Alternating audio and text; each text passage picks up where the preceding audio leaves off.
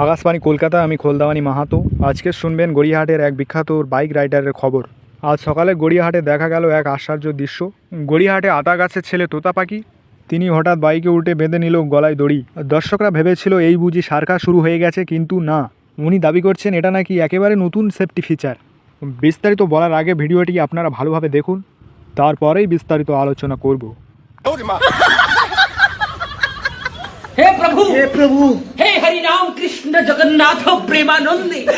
ভিডিওটি তো আপনারা দেখলেন, আপনারা কি মতামত করেছেন কমেন্টে জানাবেন। এই তোতা পাখির দাবি হেলমেট পরলে শুধু মাথা বাঁচাবে, কিন্তু গলায় দড়ি থাকলে পুরো শরীরটা বাঁচাবে, এইটাই তিনি বলছেন।